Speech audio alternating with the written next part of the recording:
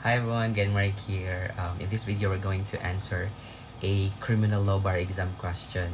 So it's about conspiracy.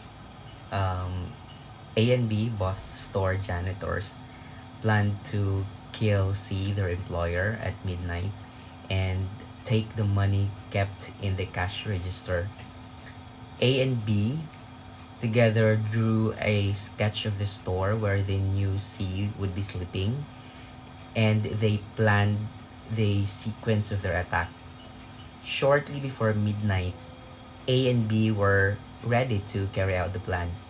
When A was about to lift C's mosquito net to thrust his dagger, a police car with sirens blaring passed by. Scared, B ran out of the store and fled, while A went on to stab C to death. He put the money in the bag and then ran outside to look for B. The latter was nowhere in sight. Unknown to him, B had already left the place. So the question is, what was the participation and corresponding criminal liability of which, if any? The answer for this is both A and B should be charged with the composite crime of robbery with homicide.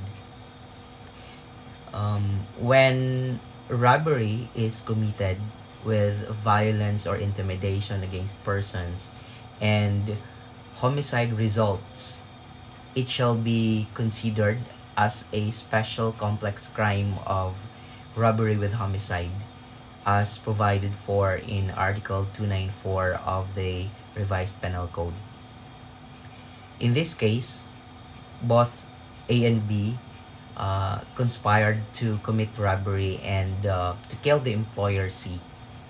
According to the principle of conspiracy, the act of one is the act of all, and all the conspirators are liable as co-principals regardless of the extent of their participation in the execution of the crime. So the act of planning the attack and being in position to carry out the prior to being disturbed by the passing of the police car are indicative of their joint intention and purpose to commit robbery and homicide. Under the law, the act of one conspirator is the act of all conspirators. This principle is based on the rule that conspiracy implies an agreement to commit a crime, and that the act of one conspirator in furtherance of the conspiracy is considered the act of all. In this case, A and B entered into an agreement to kill their employer C and to take the money kept in the cash register. When A carried out the plan and killed C, the act of one is already considered as the act of all. There's a case, it's People versus Malones. In this case, the Supreme Court ruled that when two or more persons conspire to commit a crime and one of them actually carries out the plan, all conspirators are equally liable for the crime committed. In the case, the accused and his co-conspirator conspired to rob a passenger. The co-conspirator actually committed the robbery, and the accused was held liable of the crime of robbery by his co-conspirator, as he was a co-conspirator.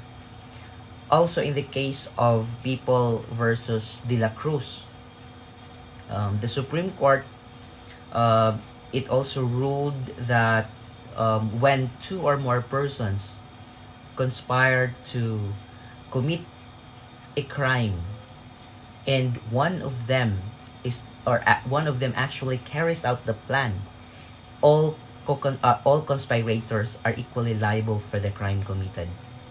In this case, the accused and his co-conspirators conspired to rob a store. One of the co-conspirator actually committed the robbery, and the accused was held liable for the crime of robbery committed by his co-conspirator, as he was a he conspired to commit the crime.